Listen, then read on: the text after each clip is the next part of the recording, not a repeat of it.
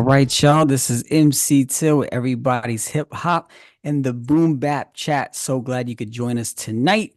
Before we introduce our guest, I definitely want to reintroduce to some of you all. You've seen her before. Our co-host tonight and hopefully moving forward indefinitely is Prowess the Testament. Prowess, What how are up? you What up? tonight? Fantastic. I am doing great. I'm loving tonight. Because I'm a Celtics fan and I'm telling y'all, Oh, no. 18 is coming, and that's all I gotta say about that. We just waiting. Gotcha. Sorry, Reef, man. Sorry, man. Sorry about that. Hey, also before we introduce our guests, do want to make sure that we shout out everybody's records here in Cincinnati. If you can't get here physically, check them out online at everybody'srecords.com. They got some great tapes, CDs, vinyl, various other musical things. So shout out to them. And also shout out to the book, man. If y'all don't know, we write books every year, the Boom Bap Review.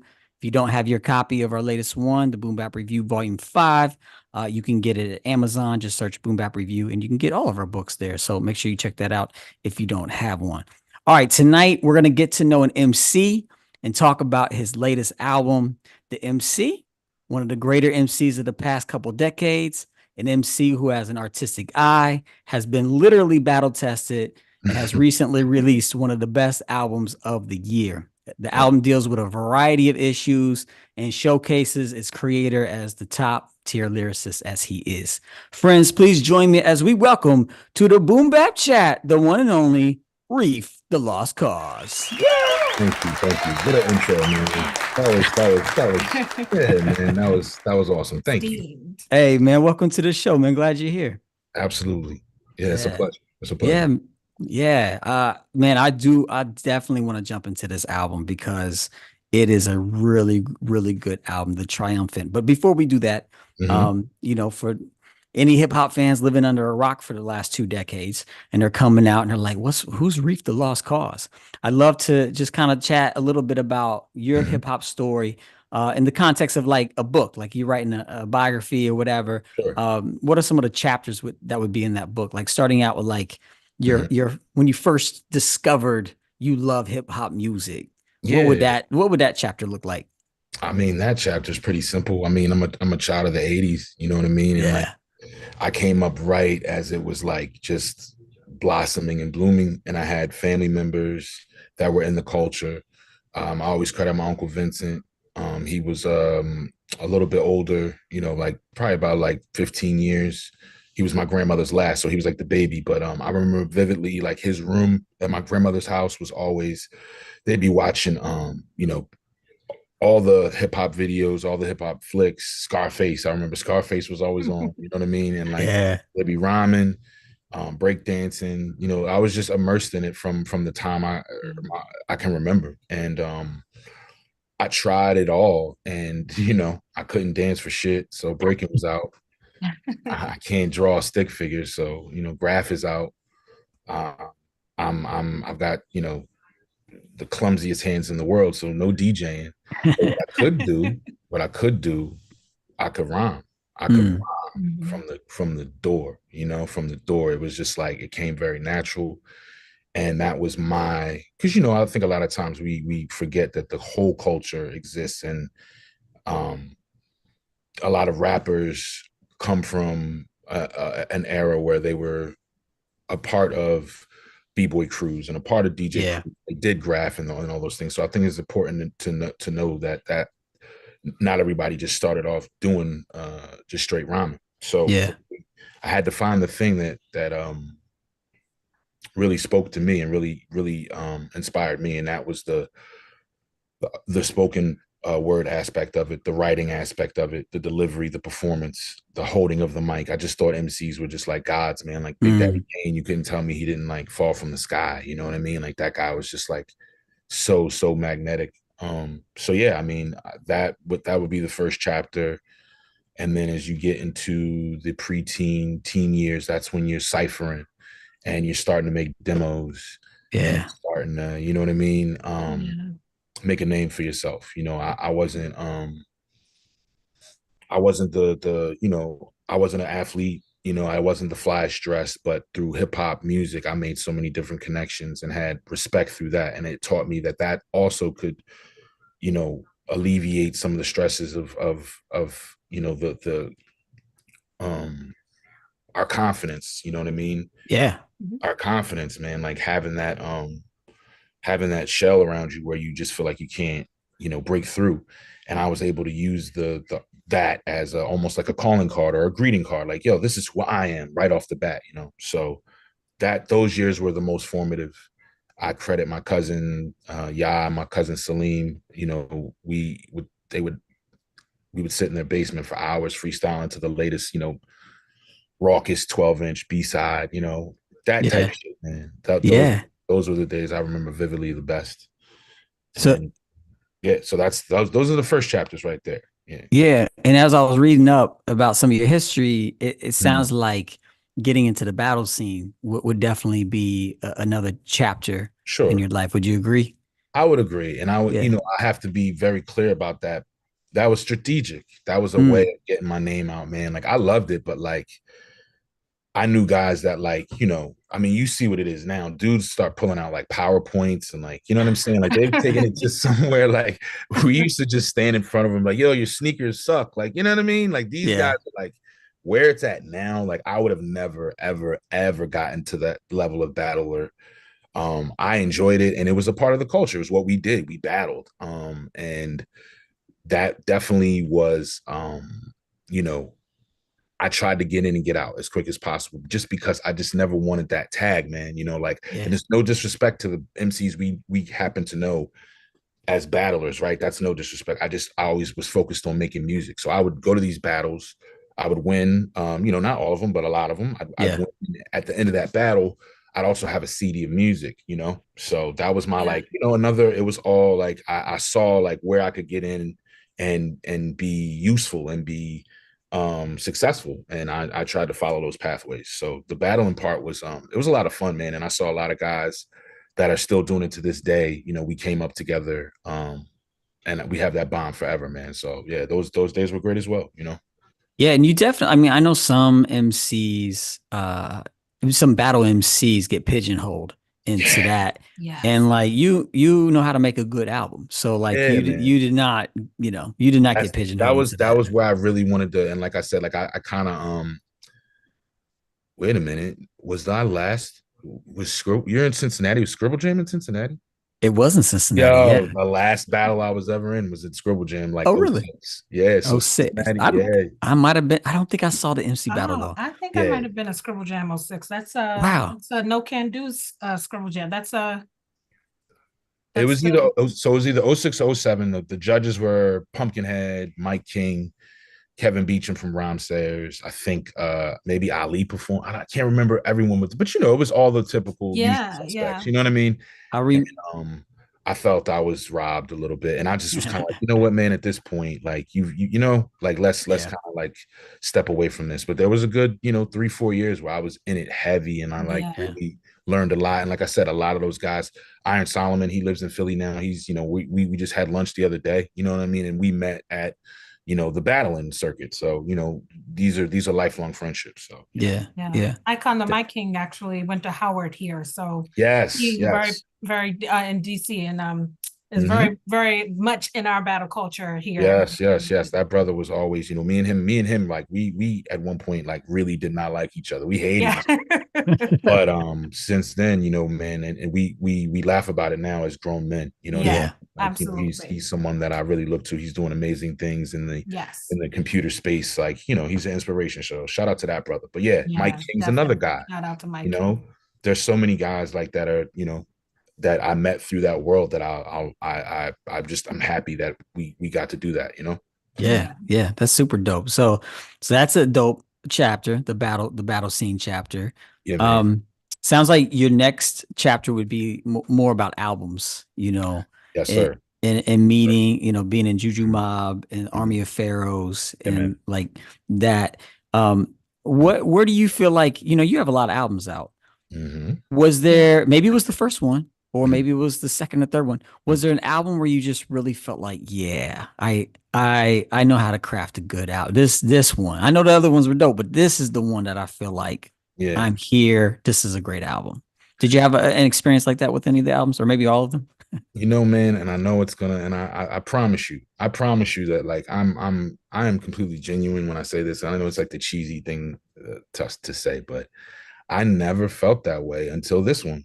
Mm, I Mm, never felt this way until this one. But what I can do is tell you that the album that I will always go back to, the album that I always feel like, oh, I'm fucking here, I'm on my way, I'm Invisible Empire, which would be the second mm, album.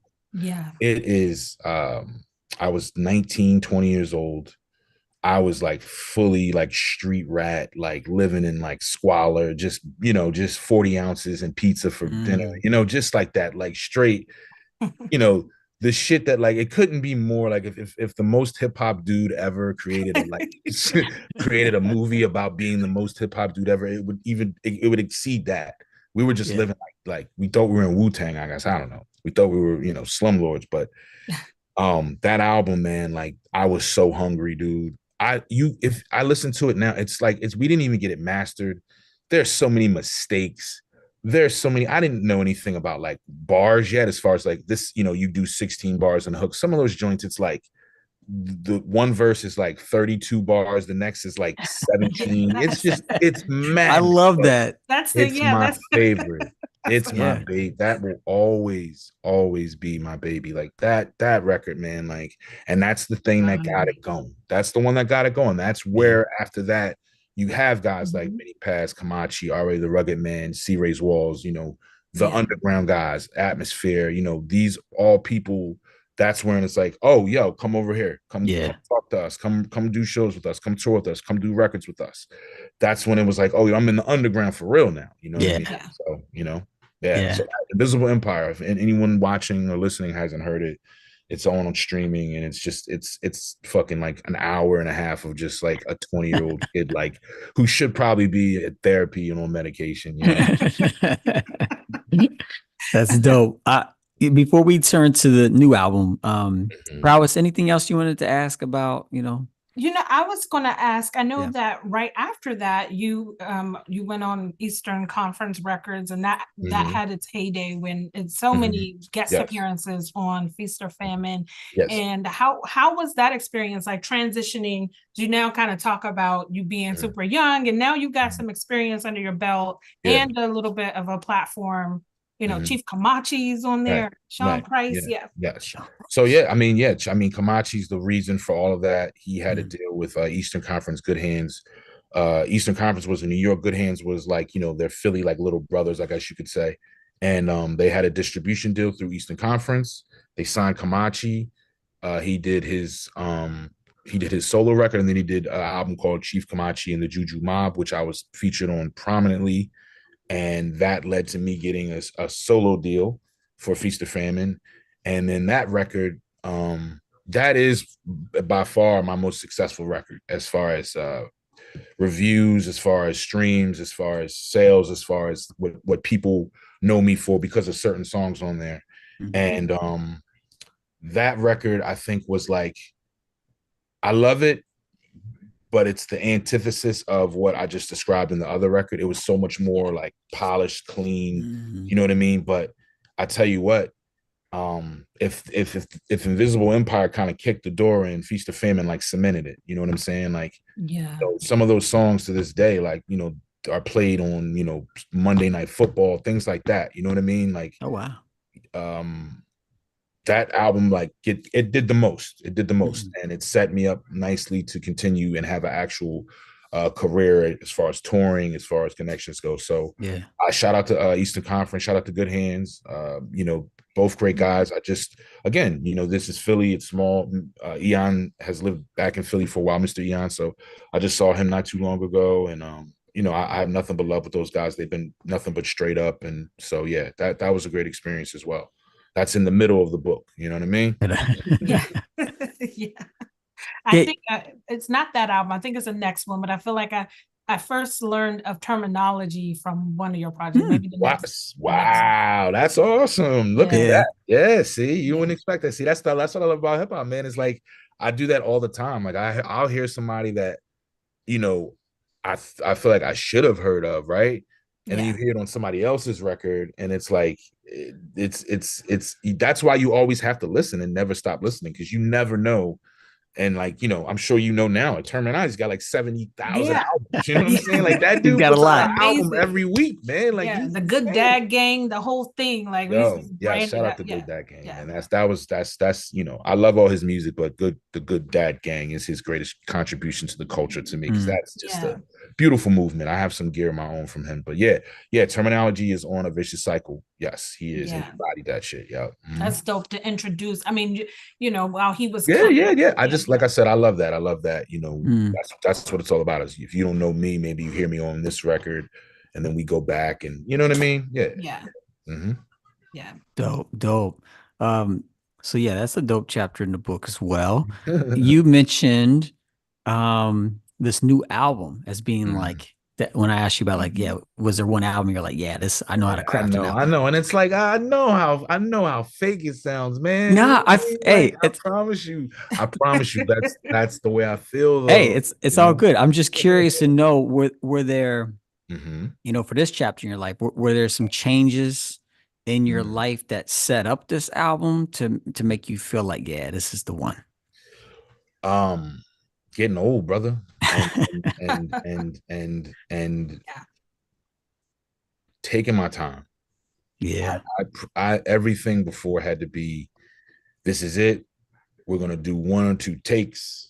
I don't, you know, whatever comes out, that's what it is. I like it raw.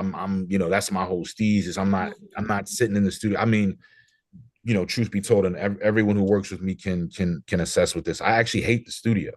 I Mm, don't Oh, like being in the studio. It feels like work. I hate when I go there, like I come with my I'm not with anybody else. mm. I come to my partner, you know, he has the home studio set up. I go over there, I record, I have my shit ready, I do what I need to do, and I get out of there. wow. This was the first time that I did not do that. Mm.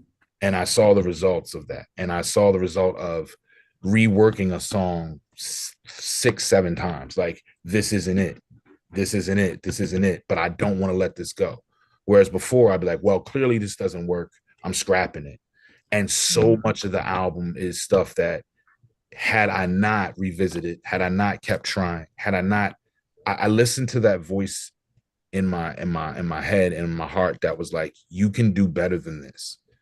There Mhm. were so many records, a lot of records. I mean, I have songs where I feel like, damn, I killed it. But as far as albums, there's so much like when I listen back, and I'm my own worst critic, but like Yeah. listening back, I'm like, yo, you could have cut that song, or you could have did Mm. that better, or why did you say that line? Like, well, you know what I mean? And this was the Yeah. first time where I was like surgical with it, where I felt like every song, every hook, every decision made, the sequencing, the artwork, the love that was poured into it, and the reaction to it has been, you know, phenomenal across the board. Like I haven't, you know, That's great.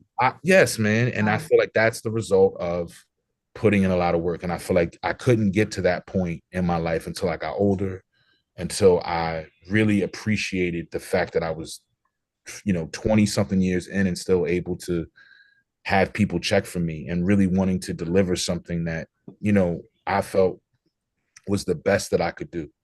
And I knew that I hadn't done that before. You know what I mean? I knew that I was a B student and I wanted to go for a plus. Yeah. Wow. That's fantastic. Awesome. If you're just tuning in, this is the Boom Bap Chat, and our guest is Reef the Lost Cauze. And the album that we're about to jump into is The Triumphant. Mm. And let me just say, The Triumphant is one of those very special albums because every once in a while, an artist will put out an album where every song is good. You know, every song is good. But even when they do that, maybe not every song is very meaningful, or maybe it's the sequence is a little weird or whatever. But this album, not only is every song good, I feel like every song has like a place in this album. Every Yeah. song is meaningful. There's so much meaning. I mean, you take on abuse in the home, alcoholism, inspiration, you know, in the face of adversity. You just a couple of joints, you just rhyming on there, just Right. dope hip hop storytelling with a twist Mm. at the end. Like it's just a really, really good album that deals with a lot. There's a few songs that I wanted to ask you about. Sure. You can Let's always do it. jump in at any time if Let's Sure. I do it. just I leave out a song or whatever. Um, on the joint empty, man, you have a line on there. You say, I'll break it down simply. I'm horrifyingly empty. Mm-hmm. And that conjured up a memory I have, but I'm curious to hear you out a little bit more on what that line about being horrifying empty means to you. So, first and foremost, I must give credit to a cat named Holocaust. I don't even, I know that's terror. that name did not age well, but Yeah. that's what he used to go by, Wu-Tang. Um, there's a song called Swarm, Killer Bee Swarm, I think, and it's one of the illest verses ever of all time. And in that he says, chump ass niggas eyeing me, tempt me. I break it down simply. I'm horrifyingly empty. And I just thought that I always, this is 1999, 2000 that I first heard that song, and all that line always stuck with me. So I basically used it for the hook. But when I say that, I'm coming from a perspective of, I mean, bro, like what could anyone do to, I mean, like the things that I've lived through and experienced in the real life shit that I deal with on a daily basis. That's a warning to people, like, please don't feel that you could fuck with me or test me. Like there's like, I'm a good person, I have a good heart, but like deep down, like there's nothing like I will go into a mode where I don't know you. I don't care. I will go empty. I can get empty. And that's basically what it meant. Now, it wasn't that deep as far as like, it was more from the standpoint of emceeing, battling. It's one of them joints, right? You know what I'm saying? Yeah. Don't fuck with me. You know what I mean? But I mean, there's truth in everything. So yeah.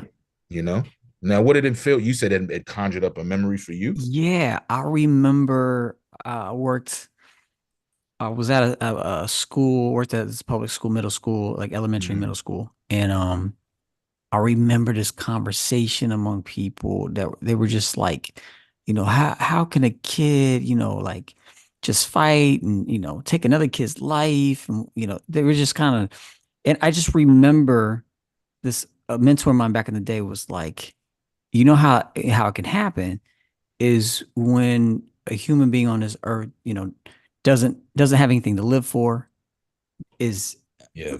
horrifyingly empty. Is Empty. like Empty. doesn't like not worried about what's gonna happen tomorrow because don't care if they live till tomorrow. That person is like, that's what you have to understand, is that most people out here these days are very close to that line. Yeah. Like, don't if you I tell my people all the time, if you're not willing to go to jail or die, don't engage.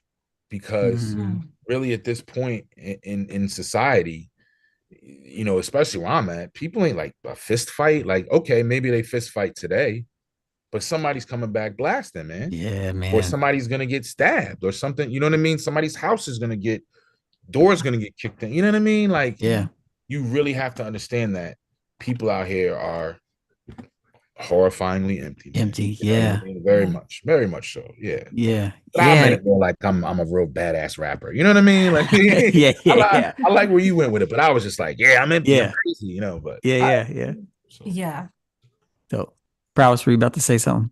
No, it's interesting when you hear a song and what you take from it, because I also took from it from the like aspect of like refusing to die full, right? Like that I want to make sure there's a lot of transparency on this album, and I thought maybe that might have been behind it. So I'm just hearing this is like, I'm taking away a lot of different things from because even the album cover, I mean, the artwork is just like, it feels like it's about to tell me something. And like, sit down, Yeah, I mean that both so this is the album before this was called The Majestic, and that featured a similar photo but of my older son. And this one features my middle son, and I have a daughter, so the third one, you know what I mean? It's a trilogy. And I love that you love. I stared at that picture for years. I that picture was taken years ago, and I tucked it away because I knew I was saving it for. I mean, because where did the way it's an illusion because he's jumping at this it's called like the bay. Yeah, there you go. You see, and it looks like he's literally above, like jumping above the ocean, you know what I mean? Yeah, that's It's like, exactly what it looks like. Yeah. yeah, but it's actually a bay. So there's like rocks and things like that. Like you know what I mean? He Yeah. was just jumping up off of a rock. Like you can walk across it. But yeah, that was taken by like one of our cousins who was like 17 at the time. It just was like, yo, everything came together the way it That's should. So dope. yes, I'm glad you like the artwork. Yeah, I mean Yeah. it's my favorite. Yeah, for sure. Yeah, Yeah. that's cool. Sorry to get off track, man. I'll Oh, do that if you let me. No, You know what I are mean? you good? I love hearing about the family aspect because I feel Yeah. like, I mean, we can't deny hip hop has turned 50, Yes. and you opened up kind of saying how you're a child of the 80s and right. Mhm. How do you kind of, I mean, I think we're all Mhm. seeing their hip hop, the mortality of some of our, Sure. beloved heroes are, it's just, I think it's been very hard for us to Mhm. process. So how Mm. how have you kind of infused? I think you infused a lot of that on this album, Yes. kind of how you felt about that. Can you Yeah. share with the audience a little bit? Yeah. So I mean, there's a song in particular called "All Be Over" on the new record that Mm. I basically am talking about exactly what you're referencing. You know, the fact that I'm getting older, both from a musical standpoint and from a life standpoint, and I'm scared to death. I haven't been able to rationalize or understand it. I'm not somebody that like, when it's my time, it's my time. I'm gonna go out this bitch kicking and screaming, man. I don't want to go. I have too Yeah. much. I have too much here that I care about. So a song like "All Be Over," it was really hard to write because I'm basically talking about the fears that I have about leaving my family behind. There's a good chance that if anyone's gonna go in my house, I'm probably be the first. You know what I mean? And my oldest son is nonverbal autistic. He's gonna need help Mm. for the rest of his life. His brother's 10 and he's a good kid. But I also have to be honest with him and tell him like all the time, like, I need you to like, you're gonna have to be the one to hold it down when I'm not here. You know what I mean? And once my daughter becomes of age, of course, because then she'll take over the whole shit. Yeah. She's gonna take over the whole operation, and I'll be good. That's when my ghost will rest, like the day that like he comes and like takes the crown and is like, I have it from here. I'll stop like haunting people and shit because I'm definitely gonna be like a ghost that haunts people, but not like scary haunts. I'm gonna be like, hey man, just to freak You'd be my friends. You know what I be mean? like Casper. Yeah, You'd be sure, ghost. sure. But yeah, Uh, yeah. I mean, it's crazy. Like, I've lost so many friends as of late mm. that are, in their late 40s, early 50s.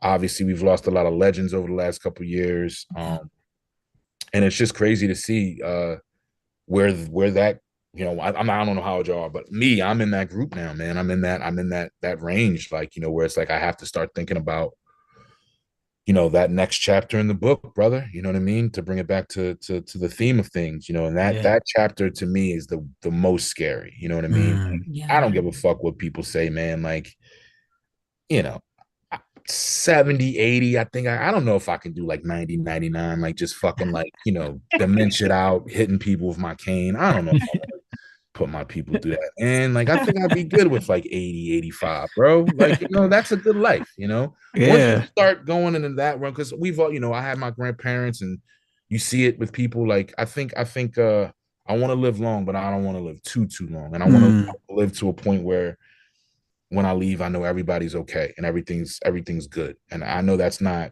most times how it goes, but I would Yeah. hope for that. That's how I as feel you like can see, I think about this shit a lot. Yeah, I feel like you kind of, I mean, I think there's an approach to the way we deal with that is by breaking generational curses, right? Like Mm. by really changing how we parent, how we sort I of take know. ownership of what family is. And I feel like you talk about that a little bit and Mhm. how you were breaking cycles and Yeah. really reinventing what you want your legacy to be. Yeah.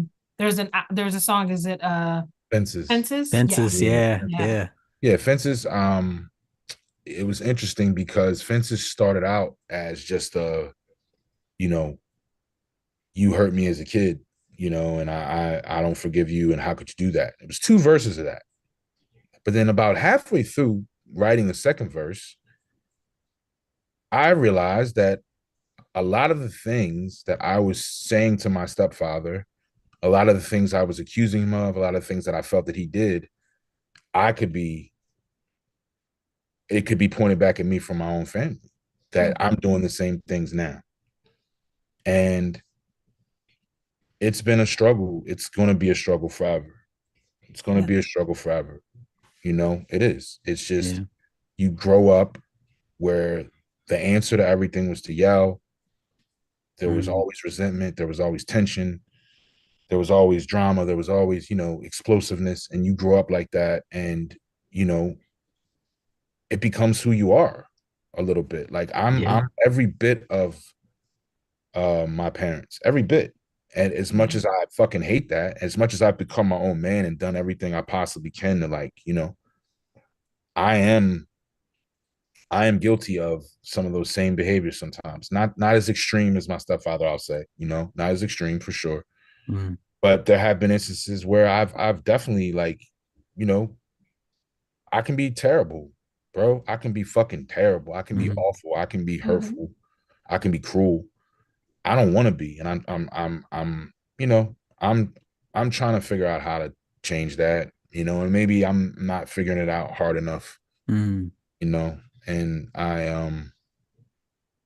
always would say that this is my therapy, the music is my therapy, but you know, you get to a point where maybe you do actually need real fucking therapy. You know what I mean? Like, you never know, but then I'm just like, I don't know, I'd end up fucking getting into it with that guy. You know what I mean? Like, you know what I mean? Like, I'd get upset that he was trying to do therapy on me. You know what I mean? Like, I'm out of here, you know, flip the table and shit. That's true self-awareness though. Like that is, I mean, you know, that it's a gift and it's a curse in some ways. We just, you know, we're graceful about it now, but I can see that, you know, how do you tether yourself away or untether yourself from the aspect of, like, you know, what I don't have to be what I was. And every day is a new challenge, right? Like just trying to master each day. Yeah, you're absolutely right about that, man. Absolutely. Yeah. You have a really dope line on Fences where you talk about I've said things to my wife and kids that they may have forgot, but I will never forgive. Sure. That's a really deep line. I was like, man, yeah. I don't think, I mean, you know, I have this thing where, like, I try to, like, I'm not allowed to forget anything. I'm not allowed to forget anything. I think that's the flip of it. It's like, you can say and do whatever, but you're gonna remember it, and you're gonna get hit, and you're gonna be walking around with guilt, and you're gonna fucking just, like, randomly start crying and asking questions about, like, was I the, you know what I mean? Because I can't. I'm not in those moments. I don't feel like I'm there. I feel like, you know, you get into a trance. You know what I mean? And it's not limited to just family and friends, or it's just a general anger or just fierceness towards the world because of the cruelty and things that you know what I mean, feel and have seen. So it's like monkey see, monkey do. And I don't, like you said, I really don't want to fucking I don't want to fucking, I don't like that. I don't want that. I don't, you know, I don't want that. And you know, you can write about it, you can make songs about it, but, you know, at the end of the day, like, at a certain point, you hope something's got to give, and you hope, you know, you can find a way to change things. You can do better, you know, that's a start. You can do better. But it's like, what you struggle with, and what I think you probably, at least for me, what I understand is just, like, even if you're doing good and you're doing better, if that you slip up that one time, it kind of, like, starts you back at zero. You know what I mean? That makes sense. Like, you've been so good, you've been doing great with things, and you've been handling things with grace, and you've been kind, and you've been great, and then you have those moments where you fuck up, and then it's like, well, then all that goes away. You know what I mean? All Yeah. that kind of gets pushed to some place that you know what I'm trying to say. Yeah, Like, yeah. so Yeah, definitely. Yeah. And in this album, The Triumphant, you have a couple songs in a row that deal with some of those like really hard things in life and those challenges that you have gone through. And then you hit us with the song Miraculous, yeah, Yeah. which is right on time on that intention. album. Yeah. You get you go, it's like a There was a ride. there was like another like slower type song in its place, and I was like, oh man, we're gonna make people fucking want to kill this. We gotta like, all right, let's because it was intentional, you know, like okay, Yeah. this section of the record will get heavy and deep, but we gotta find something that will jolt people back into being like, it's gonna be okay. You still got this. You can still fucking kick down this door. Mhm. And that Yeah. was by far miraculous. Like it fit perfect, you know. Oh, Yeah. by far. And this sample, I meant to send you the song by Arrested Development. You remember Arrested Development Of speech? course. Yeah, Yeah. Yeah. They have a song called what was it called? Becoming, I think is the name of it. Okay. It uses the same sample Okay. in both songs. And I meant to send Speech, your song of Word. Miraculous. Because Word. when I heard Miraculous, I was like, oh man, the spirit of these two songs are That's very what's up. similar. They're That's very what's up. triumphant. They're very Yeah. like overcoming, Nice. miraculous. But I love your lyrics in Miraculous. Like Thank one you. of Yeah. the most inspiring songs I think I've ever heard. Thank you, brother. Yeah, it's really Yeah. good. So And if you that was another one. That was another one that, you know, probably 6, 7 rewrites. You know, we really wanted to like, you know, make sure that we said it the right way, spit it the right way. You know what I mean? yeah. Yeah. So yeah, I thank you. I had that beat. My brother Wes Manchild, shout out to him, one of Philly's West finest. Mindchild. Yeah. Dope. I Um, mean, I was loving that track and the other joint that he did. All Be Crazy. Over. Yeah, he did All Be Over. Yep. Yeah. Oh, Yeah. yep. Yes, he did. And he had initially put out a record of just gospel samples that he Word. flipped. It was called the Building Fund Mm. mixtape, and it was just beats of gospel samples that he flipped. And I was like, bro, it dropped during the pandemic, and I was like, bro, I need these two. Like, just please. He's like, you got it. So I held on to those for a while, and like, you know, that one. I went back and forth about the subject matter for a minute, but then it just, you know, one of those things where again, I just kept chiseling at it until it just cracked open and it just all, you know, it all came out of me. You know what I mean? Yeah, Yeah. it's I had super a dope. friend that was like, I let him listen, and I didn't listen with him because I wanted to get his perspective. He said his first thing was when he hit the middle. He's, wow, that escalated quickly because he the first, you know, it's like Sure. a second. Yeah. Sure. And I like, yeah, man. And I again, I listened back to that part like 7 times because I felt like we wanted to get that flow. We wanted to hit, like, you know, it was, I had so much fun making it, if you can't tell, like, you know what I mean? Yeah. Like, even just So you thinking back, sequenced it like that on purpose. There was purposeful intention behind it was that. intent. You used the word that I guess I've been trying to, it's been on my tongue, but I haven't been able to get out. Intention. Yeah. Intention. It was, everything was intentional. And my intentions were to say things correctly. Because, you know, as an MC, there'll be times where you hear something that's out and you're like, damn, I wish I would have tweaked my voice and said it this way, or I should have used a different cadence or a different word. And I didn't want that feeling this time around because they're, Yeah. like I said, they're on all my albums. I have that feeling, and I'm sure there's, as it's still fresh, so I'm sure maybe a year or two from now, I'm like, I should have did that different. But Right. as far as the actual recording at the Yeah. time, I just wanted to make sure that like I didn't have that feeling, that regret of like, I wish I would have did that different. It's like, no, we're here now. Let's do it different now. You know what I mean? Like, Yeah. you know, again, just the work of it. I think that I ran from that for a long time. The minute it started to feel like work, I would cut out. You know what I mean? And that's why the whole not staying in the studio long and all that other stuff. But this time around, you know, shout out to my partner Caliph now, man. Like, you know, he really we locked in, as the kids say. We locked in, you know what I mean? Yeah. So for sure. Yeah, a few songs after Miraculous, Papa Dose is Yes. you have a video for it. I gotta say, video of the year so far. This video Nice. Yeah. is Title of so that's another dope. that's the Caliph directed that. He'll love to hear that. He was furious because we did that video and then I guess a week later SNL did a Beavis and Butthead thing that went like viral. Yeah. Yeah, and he was like, they're biting our. I was like, yeah, SNL is biting our shit, bro. Like he was on that for a minute. He said he was gonna write a letter.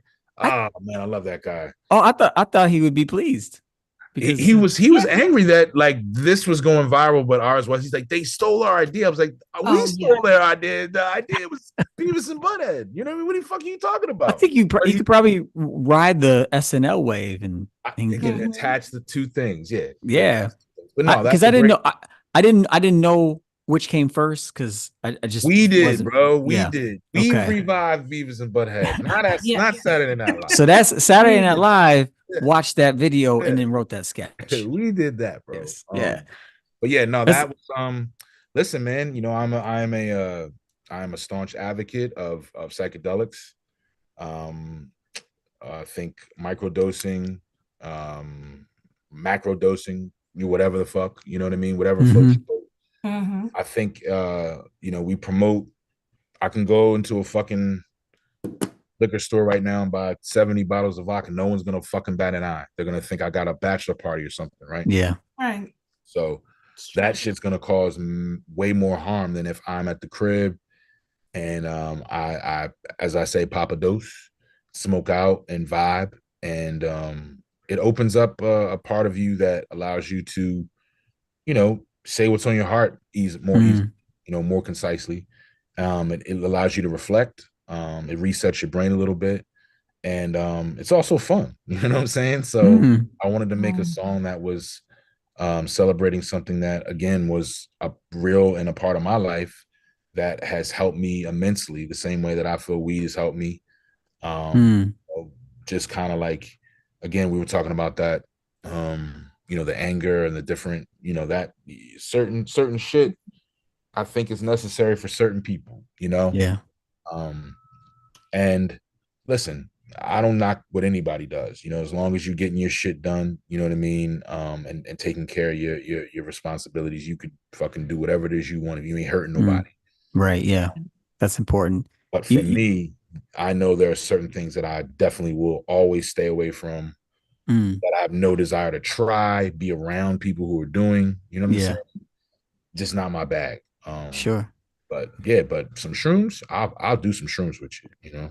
Yeah, you mentioned it being fun. That video is fun. I'm kind of growing out, like growing up, you know, same as you, like in the 80s, and like videos were, oh man, as a kid, like running home watching the videos. But then lately I'm kind of bored with videos, to be honest with you.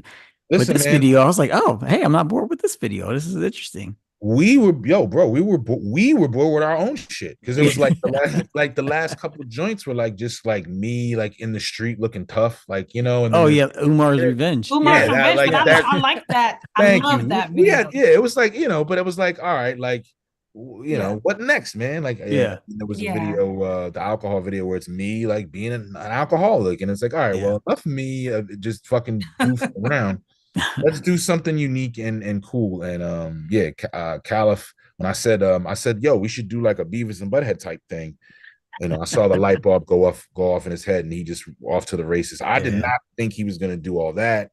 He figured that shit out pretty quickly, and he's been kind of fascinated with these. Like, have you guys seen these AI videos that make shit look like it's from like the 50s? Yeah. But he wants to try to do that for something. I'm like, oh man, so that would be dope. Yeah. I would think that'd be dope. Would be cool. I thought one of the things that's interesting about the visuals, I mean, I always feel like it is important nowadays. It's more, we talked about that word intentional, but like it is more intentional, I feel like, people with visuals now, because there's so much that's out there that is just kind of like you said, how do you kind of aim to like shoot in the frame what you want it to be? And that's always pretty cool too. And I thought the fact that like one of the things that I really like about this album is I was looking through credits trying to be like, who is this on the beat? And it was like It's Bear One, or is this Yeah. you didn't go the route which I feel like a lot of people are doing now to get it. I talked to J.R. Swift about this, and he was like, I get people that come to me and are like, I want this Griselda sounding, Right, I right, want this right, thing. right. And you really are working with the people. I heard you say your cousin was Salim, and so Salim is producing on this album. So is that the same cousin? That's the Okay, so same yeah. cousin. What made you kind of Everybody keep with that sound? that's been I've been working with pretty much the same guys this almost this whole time. When it comes to Mm, albums, obviously I do side projects with other producers and things like that, Mhm. but Hodge of Dumb High, who did Raphael de la Ghetto, we have, 2 albums together. Bear One and I have an album together. Caliph is my partner in DJ, Yeah. so he's got joints on there. West Manchild, West Philly, my brother, he's got a couple joints on there. Like I just want to work with people that I know, that I respect, and that I think make dope shit. And obviously the big names or the bigger names, of course I would love a Primo beat. Of course I would love an Alchemist mm, beat. Of course I would love, Mhm. but I'm not hitting those dudes up offering no bread. If we gonna yeah, work together, it's gonna be because they were like, yo, this dude's dope. Let's fucking get something done. You know what I mean? yeah, Right. That's been yeah. my MO this whole time, man. I'm not look where I'm at, and I'm content and I'm happy. Of course, Yeah. anybody that tells you they don't want more is full of shit. Of course I want more. Of course, of course, of Yeah. course. But whatever I got straight. I ain't robbed nobody for it. I didn't beg nobody for it. All I did Mm, was work to get it. So if this is where it's at, where I'm just a, regular middle class rapper who, drops some albums and does some shows and then goes back to his regular life. If I'm on my Clark Kent shit, where you know what I mean? I get to go in the phone booth every couple months. Man, listen, how can you not be, what a beautiful life. You know what I mean? yeah. Yeah, Mhm. that's a great attitude. We talked, a lot about the lyrics and talking a little bit about the production. What kind of stood out to me after I Mhm. listened to the album, I didn't know who produced what. Sure. Um, and then when I went and saw who produced, I was surprised that there were so many producers. I mean, Yes. I think the most any one producer does is 2 tracks, Mhm. and it has a pretty cohesive feel. And it's interesting because like I would describe it as like a boom bap hip hop feel, Sure. Sure. but not like in the like very traditional. There's something about it that's a little different, you It's know? it, it it's Yeah. it's it's the soul of it, brother. Yeah. It's not. I don't want how I say. It's not. I don't want to use the word boring because those records weren't boring. It's not fuzzy. It's not. It has a. It feels Mhm. alive, and I think Yeah. a lot of Yeah. Yeah. those records that we consider boom bap or whatever, sometimes they have a energy that's more sinister, more Mm-hmm. Mhm. hardcore, nodding your head, whereas this one, it's more about the soul. It's that Yeah. boom bap soul. You feel what I'm Yeah. saying? It's Yeah. got those samples and the voices and people singing, and it's everybody that contributed, they weren't told, hey, this is what we're going for. It literally was just like, wow, this fits and this fits and this sounds great and that sounds great. It just all came together. And like again, some of those songs, some of those beats I had for a really long time. I just knew. I Mm. knew, I knew, bro. I was Yeah. stashing. I was like, because you know, the truth of the matter is I only have a few albums. I know I Mhm. have a lot of albums, but I only have a few albums. What I mean by that is Mm. I don't consider the albums that I have with other producers as my album. Mm. I Oh wow. consider the albums with Snow Goons or with Stu Bangers or Hodge from Dumb High or Mhm. Army of the Pharaohs. I consider those albums group projects, right? Right. I So feel that. these albums are for me. And these albums, I always try to save the stuff that I really, really feel is important for these. So Yeah. yeah. Yeah. Dope. Dope. And Well, if you're just tuning in, we're talking about the album Triumphant, The Triumphant by Reef the Lost Cause. It's a really good album. If you've not heard it, I highly recommend. word. It's streaming all over the place, but I always suggest going to the band camp, buying Yeah. it, buy the CDs, find out if there's any left, Yes. and support it because it's a really good album. Thank you. That, like we've been talking about, tackles a number of issues. It's interesting. There's some highs, there's some lows. It pulls on the emotional, just the emotion of humanity, even if you haven't been through it. Reef the Lost Cause has been through, you've been through something, the feeling, the Yeah. emotion. Sure. Just a really good work of art. So make sure you go get it. The Triumphant Prowess. Anything else you want to ask about this album? It's interesting. I had, my friend is from Philly, so the standout track for him was different from me than him, because he was like Sure. Young Bull, he was all over it. Like, Mm, that's my, I think yes. he connected to that a lot. I was Yeah. just going to ask it kind of what were, because I feel like this gets to the age, and you just talked about boom bap, and everyone kind of now, even with Questlove, we get to an age where we kind of are like, Right. we we see Right. ourselves Sure. turn into the get off my lawn Right. crowd. Yeah. How It happens how quick. did you how are you kind of reconciling that? Because I feel like you did something different, which is like, this is just a part of, Mhm. the next generation has to be more aware of this Sure. machine. Yeah. I feel like it is not my place to speak on young people's music. It's not made for me. Mm, It's not, I have a plethora of just the type of hip hop that I really truly love at my fingertips Mhm. at any time. I can find it on Bandcamp. I can find it if I go to an open mic. I can find it uh, through different playlists. I can find it through different DJs. The type of sound that makes me feel and love, I can find it. So why am I over here telling some 16-year-old kid what he should be listening to? Like, that's not my mm, place. The music of the youth is not supposed to be liked by older people. That's the mm, whole point of it. Our parents didn't like our shit. Their parents didn't like their shit. Let the kids rock out. Now, I say all that to say there still needs to be an understanding of how destructive some of this shit can be. And mm, that's where a song like Young Boy comes into the play. Where if this is the new normal, where basically these kids just beef with each other and make videos about how they're going to kill each other, and then somebody inevitably dies and somebody inevitably goes to jail, and repeat, repeat, repeat. mm, We're never seeing in this time.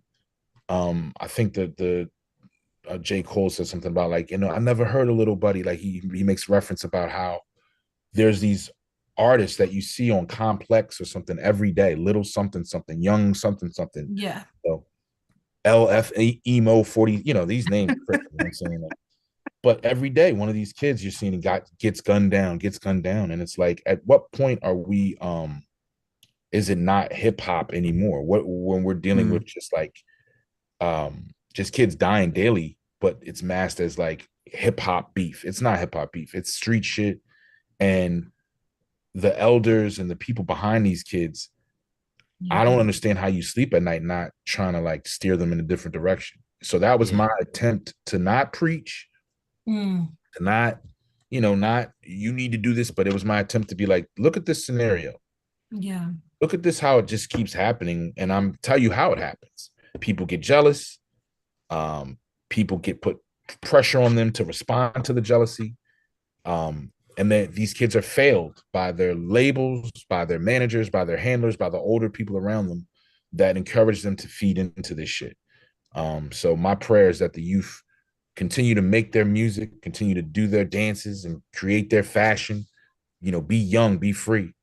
But the violence amongst the kids is where I am a little bit more concerned, because I have kids of my own. And even if I didn't, this is we've never seen anything like this with kids. Never. I mean, I came up in the 90s in Philadelphia. People were getting rock left and right, but Mm, Right. these are, out here in Philly, man, you 12, 13-year-olds just like strapped up, ready to go, man. You know what I yeah. mean? With the mask on, like just looking for it. And Mm, a lot of the music that they listen to is pumping that shit into their veins. And we have to be yeah. real about it. We Mhm. have to be, some of that shit. I tell my son, cut that shit off. That shit sounds demonic. It sounds like there's a fucking demon in your room. You know what I Mm, mean? Yeah. So, so yeah. that's where Young Boy came from. And we, again, it was all about trying to say something to what the fuck is going on, but without telling people that they need to, turn it down. But Yeah. Yeah. Yeah, it's an excellent song. I remember writing a song years ago, and someone was like, you're being too preachy. You need to write laments. I was like, lament. Okay. So I learned what that was. And that's what that's what your song reminded me of. It's like I like that. you need are more like laments. grieving for Yeah. young Yeah. people, There you go. Yeah. but you're not hitting them over the head, Sure. as the Yeah. old man with the cane, Right. you're inviting them into the story. You're inviting the listener Yeah. into the story, and I think that's really dope. So I'm gonna use that line too on someone. Like, you need more laments. Yeah. yeah. That's gangster. I'm gonna use that shit. Yeah, use that. Yeah. That's dope.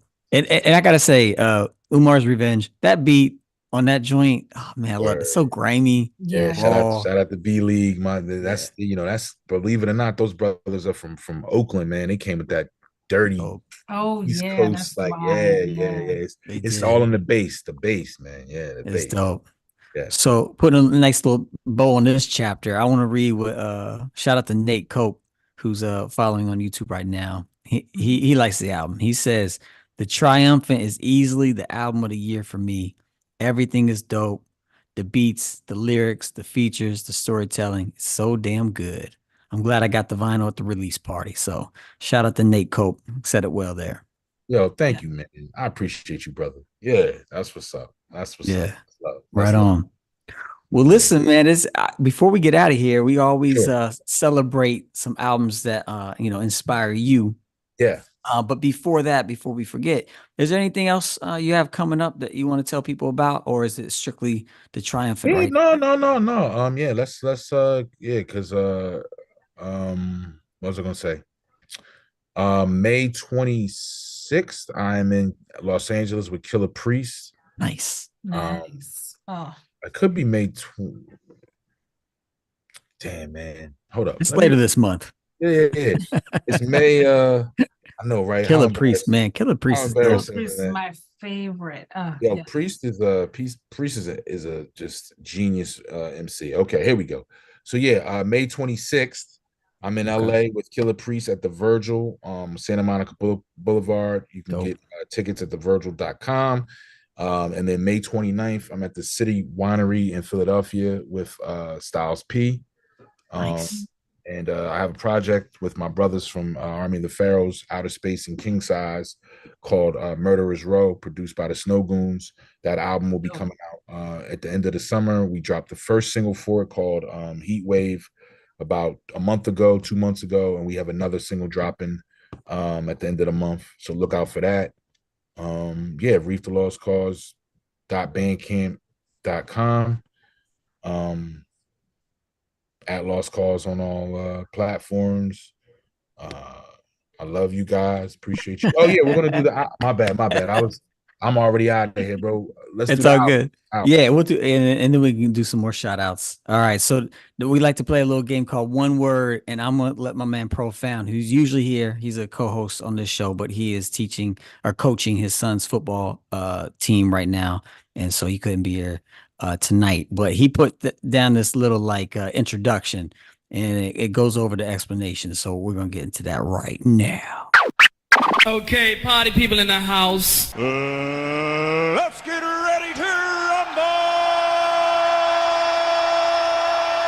In this portion of the show, we'll show an assortment of hip-hop albums and challenge our guests to describe them in one word or less.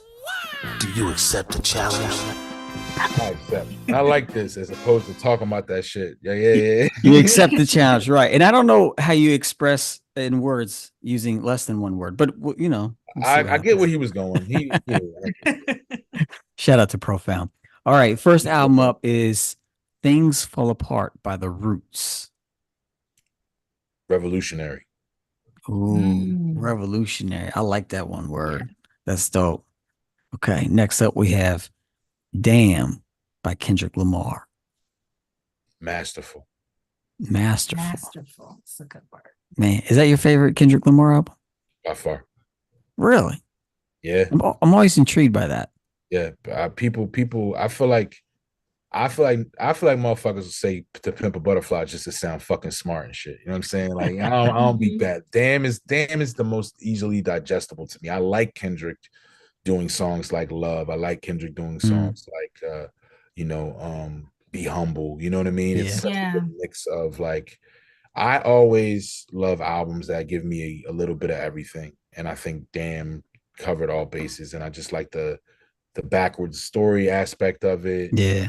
There's a lot of funny shit on it. Like it's, you know what I'm saying? And then like what's that? Feel and Feel back to back. Yeah. Lyrically, you can't like, I mean, bro, Feel. I feel like I've been overrated. I feel like the family's faking. I feel like I mean, bro, master. That's one of my favorite Kendrick songs. Favorite Kendrick album. Damn. So you know, being that you were in the battle scene, you know the competition, the competitive spirit of hip hop. Any words on the latest battle between him and Drake? I don't think it was lopsided as people say it is. I will say that not Like Us was the fucking knockout. You know, that was the knockout, bro. That was like he did like. There's no coming back from that, bro. Like I listen. He tried. He definitely tried. But at the end of the day, Kenny was just too strong for him. Not Like Us is just. I mean, if you got, I mean, Drake did that to Philly's own Meek Mill when he had the back-to-back shit. If you got a song that becomes like a fucking hit song in a battle, that's it. It's over. They're playing that shit in the club right now as we speak. You know what I mean? They're not playing none of them other disc records. So yeah, that was the knockout. Yeah, Not Like Us. Yeah, so he got it. He took it. He took it. Word. Marcus told you not to pull no Drake out. Marcus Penneron's like, don't pull out no Drake till better than Yep. I have to say, I have never. I don't have any Drake albums. I get it. Yeah. We could talk about that another time. All right. The next one is Let's Get Free by Dead Perez. One word. Wow. Mind. Mind. M-I-N-E. Mind. Oh. That album is for me. That album was made for me at the time that I needed it the most. That album is mine. What was happening in your world that spoke to? 2000, Bush just got in office. My best friends were dying and going to jail. I was on the verge of being a college dropout. I felt lost. I felt like nobody cared about what was happening to Black people. And here came this perfect album from start to finish that is more of a manifesto than a record. It's literally teaching you, telling you how to uplift your community and yourself, how to have self-respect. One of the first things they say on that record is we're somewhere between NWA and PE. Yeah. And I needed somewhere between NWA and PE. I lived in that line. I live in that line today. Somewhere between NWA and PE. That album is mine. It's mine. That's dope. I love that. And I love Stick. I love he's been, I don't know what he's doing the last few years, but I know he was really big on like nutrition, getting your mind right, your body right. Stick makes me I don't like looking at his Instagram because I just feel like I need to like go run like 10 miles. You know what I'm saying? Dude's like doing the hanging upside down. Shit. Like I'm just like, come on, bro. Yeah. Why you got to put that on the internet? and yo, shout out to Lord Jamar, man. I feel like Lord Jamar, to a lot of people that don't really know him, like the whole stuff back and forth with Eminem or whatever but Lord Jamar has done so much, has contributed so much with Brand Nubian and with this album. Just shout out to Lord Jamar. He's dope. All right. Last one. We started with the Roots, so it's only natural. We go to Danger Mouse and Black Thought, Cheat Codes. Philly. Yeah. Nice. Yeah. That's him at his best. People I have a couple people have different opinions on his on their favorite of his solo endeavors over the last because he's just been dropping them, right? Yeah. But this one, that's the one to me. And I think it's it's to be 50 something years old, still doing it at that level. It's so inspiring. And for my city, for me and all the guys here, will always be looking to thought, man. You know what I mean? You know? Well, so yeah. Speaking of Neat. incredible Philadelphia MCs, we'll let you get the last word on one of the, like I said, one of the best albums this year. We've been talking about it. The Triumphant by Reef the Lost Cauze.